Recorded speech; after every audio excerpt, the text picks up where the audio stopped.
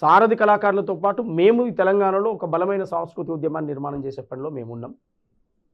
రేపు ఆగస్టు నుంచి గద్దరన్న వర్ధంతి కార్యక్రమాలతో పాటు రేవంత్ అన్న ప్రజాపాలన అని ఒక స్క్రిప్ట్, ఒక నృత్య నాటకాన్ని కూడా రాశాను నేను ఈ మధ్యకాలంలో. ఒక గంటన్నర ప్రోగ్రామ్ ఉంటుంది. అది రైతులు, పాత్రలు, వారి జీవితం, నాడెట్లా ఉండే తెలంగాణ, నేడెట్లా ఉండే అనేటువంటి అన్ని విషయాల మీద కూడా రాశాను. దాన్ని దృష్టిలో పెట్టుకొని చెప్పాను నేను.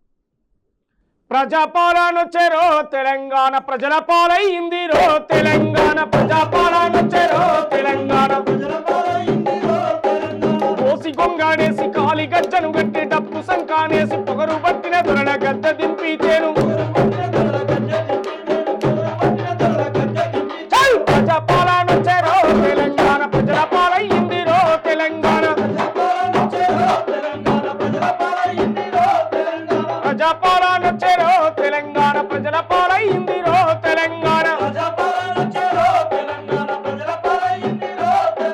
రేవంత్ అన్న ఏలేరో తెలంగాణ బాధలన్నీ తీరేరో తెలంగాణ.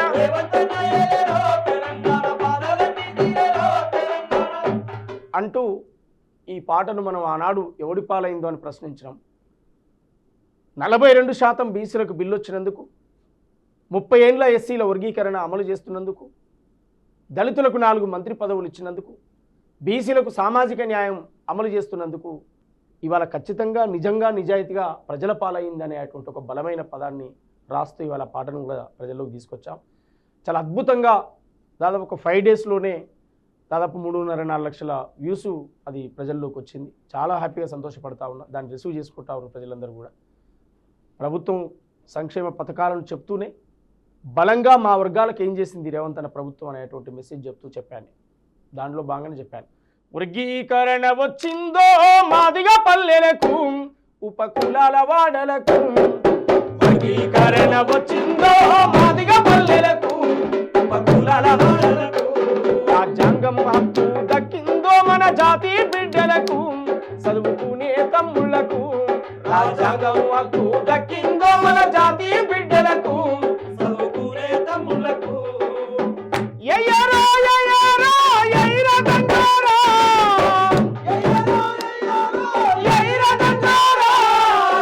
రేవంత్ అన్న పాలనకు మద్దతు ఇయ్యరా దండారా, రేవంత్ అన్న పాలనకు మద్దతు ఇయ్యరా దండారా. వర్గీకరణ వచ్చిందో మాదిగా పల్లెలకు, ఉపకులాల వాడలకు. వర్గీకరణ వచ్చిందో మాదిగా పల్లెలకు, ఉపకులాల వాడలకు. రాజ్యాంగం హక్కు దక్కిందో మన జాతి బిడ్డలకు, చదువుకునే తమ్ముళ్లకు. రాజ్యాంగం హక్కు దక్కిందో జాతి బిడ్డలకు, చదువుకునే తమ్ముళ్లకు. ఇది 30 ఏండ్ల పోరాటం, జాతి బిడ్డల ఆరాటం. జాతి బిడ్డల ఆరాటం, ఇది జాతి బిడ్డల ఆరాటం.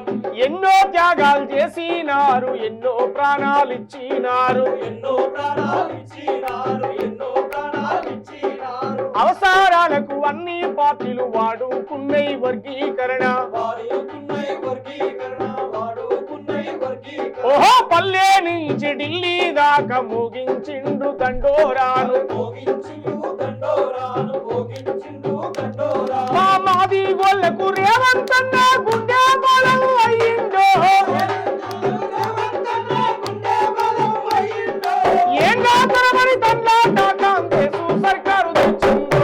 వర్గీకరణ వచ్చిందో మాదిగా పల్లెలకు, ఉపకులాల వాడలకు.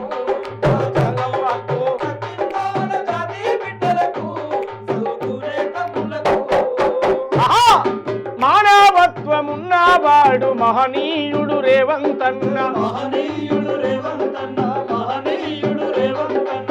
డప్పులు కొట్టే మాది గోళ్ళ గుండె సప్పుడు విన్నవాడు, గుండె సప్పుడు విన్నవాడు, గుండె సప్పుడు విన్నవాడు. ఆహా చెప్పుడు గుట్టిన మాది గోళ్ళ చెమట నెత్తురు చూసినోడు, చెమట నెత్తురు చూసినోడు, చెమట నెత్తురు చూసినోడు. ఆహా చెప్పులు గుట్టిన మాది గోళ్ళ చెమట నెత్తురు చూసినోడు, చెమట నెత్తురు చూసినోడు, చెమట నెత్తురు చూసినోడు. పడావు పడ్డ మాదిగా వాడల జాడలాను వెతికినాడు, జాడలాను వెతికినాడు, జాడలాను వెతికినాడు. వర్గీకరణతో వెనకబడ్డ జాతులు బాగుపడతాయిరన్నా, జాతులు బాగుపడతాయిరన్నా, జాతులు బాగుపడతాయిరన్నా. ఆ రాజ్యాంగ పాలనందుకొని ఆ జాతులు ముందుకొస్తాయిరన్నా జాతులు ముందుకొస్తాయిరన్నా జాతులు ముందుకొస్తాయిరన్నా మాది గోళ్ళకు రేవంతన్న గుండె బలం అయ్యిందో మాది గోళ్ళకు రేవంతన్న గుండె బలం అయ్యిందో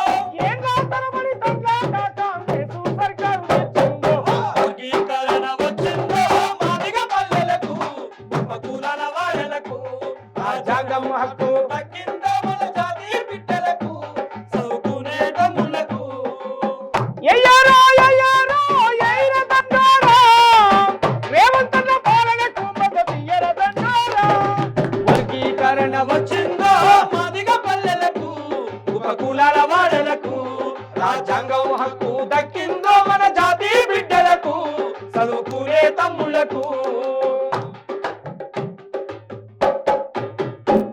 ఎక్కడ అన్యాయమైన ఎక్కడ సమస్య ఉన్నా అక్కడ మీ పాట ఉంటుంది. ఈ జర్నీలో మీ పర్సనల్ లైఫ్ కావచ్చు, మీ ఫ్యామిలీ లైఫ్ కావచ్చు, మిస్ అవుతున్నామని ఎప్పుడు అనిపించలేదు?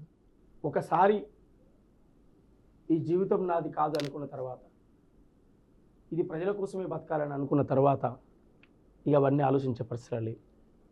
ఎప్పుడైతే మానవ సమాజం అనే పుస్తకంలో నీ కోసం ఒక పేజీ అయినా ఉండాలి, లేదా పేజీలో నీ పేరైనా ఉండాలి, అప్పుడే మనిషి పుట్టుకకు అర్థం.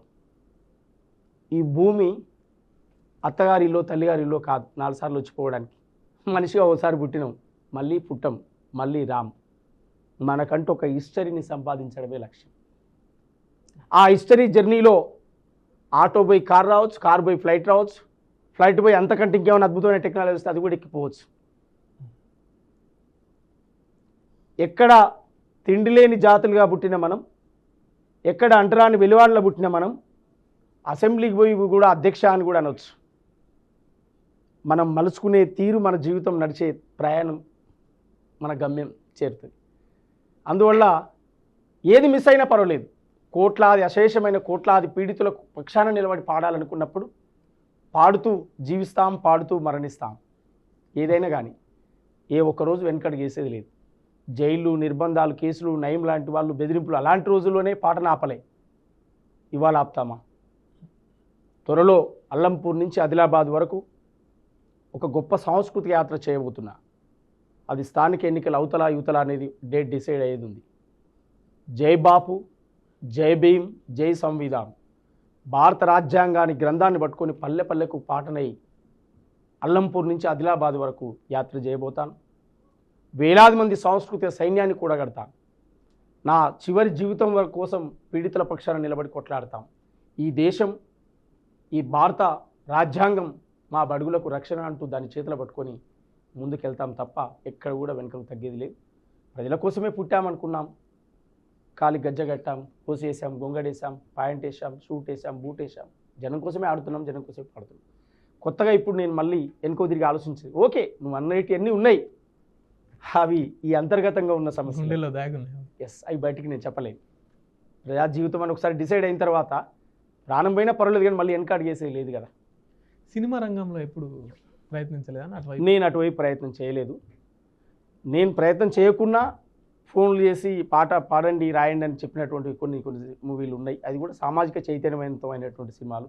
నారాయణమూర్తి లాంటి లాంటి సినిమాలు, శ్రీహర్ లాంటి సినిమాలు, కొన్ని సినిమాలలో నేను రాశాను, పాడాను, కొన్ని సినిమాల్లో కనిపించాను. కానీ అంత ఇంట్రెస్ట్ లేదు.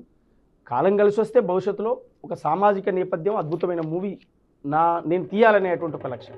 ఓకే, ఆ ప్లాన్ ఉంది ఖచ్చితంగా. ఎందుకు, అన్ని రంగాల్లో మేము ఉంటాం, ప్రతి రంగాన్ని చుట్టాలనేదే కాన్సెప్ట్. నేను ఏం చెప్పాను, ఇది అత్తగారిలో తల్లిగారిలో కాదు, మన రంగం కదా, ఉన్నంతసేపు ఎస్ మన ముద్ర ఉండాలి ఖచ్చితంగా, అది 100%. ఓకే, మీరు రాసిన పాటల్లో మీకు బాగా ఇష్టమైనటువంటి పాట? అట్లా చెప్పలేను నేను, అన్ని ఇష్టమే నాకు, నేను రాసినవి కదా. అంటే మీకు ఒక్కొక్క సందర్భాన్ని బట్టి ఒక్కొక్కటి రాశాను తప్ప ఇది ఇష్టమని నేను ఎట్లా చెప్తా. అన్ని ఇష్టమే నాకు, నేను రాసుకున్న అన్ని ఇష్టంతోటే రాశాను కదా. ఏది కూడా వేస్ట్గా కాదు.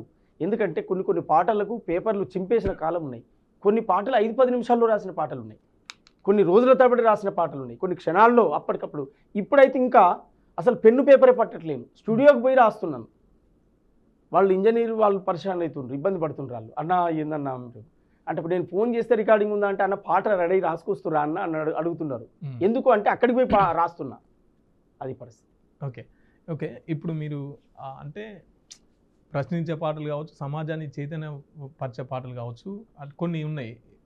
ఏంటి ఇప్పుడు ఈ స్కూలు సంబంధించి ఎస్, ఆ పాట ఒక్కసారి అంటే బాబాసాహెబ్ ABCD అంబేద్కర్ చేతిలో పట్టుకో. ఎస్ అన్ని పాటలు. బాబాసాహెబ్ అంబేద్కర్ చదువు అనేటువంటి జ్ఞానం ఇచ్చాడు.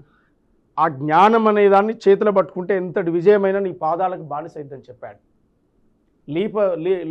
లాందర్ దీపంతో చదువుకున్న బాబాసాహెబ్ అంబేద్కర్ ఏ బళ్ళోకైతే తనను రానివ్వలేదు, ఆ బడే ఇవాళ ఆయన జీవిత చరిత్రను పాఠ్యపుస్తకాలుగా చదువుతున్నది. ఏ గుళ్ళోకైతే బాబాసాహెబ్ అంబేద్కర్ రానియలేదో ఆయనే ప్రతి ఊరు నడి గుండెల మీద కొలువై దేవుడై కొలుసున్నాడు. ఈ దేశమే ఆయనను అంటనానుడని వెలివేస్తే ప్రపంచ దేశాలను శాసించే ఐక్యరాజ్య సమితి ఆయన పుట్టినరోజును జ్ఞానం పుట్టినరోజుగా జరుపుకుంటా ఉంది. వరల్డ్ నాలెడ్జ్ డేగా జరుపుకుంటా ఉంది. అట్లా ఒక హిస్టారికల్ ఆయన పుట్టుక. అందువల్ల మన వర్గాలకు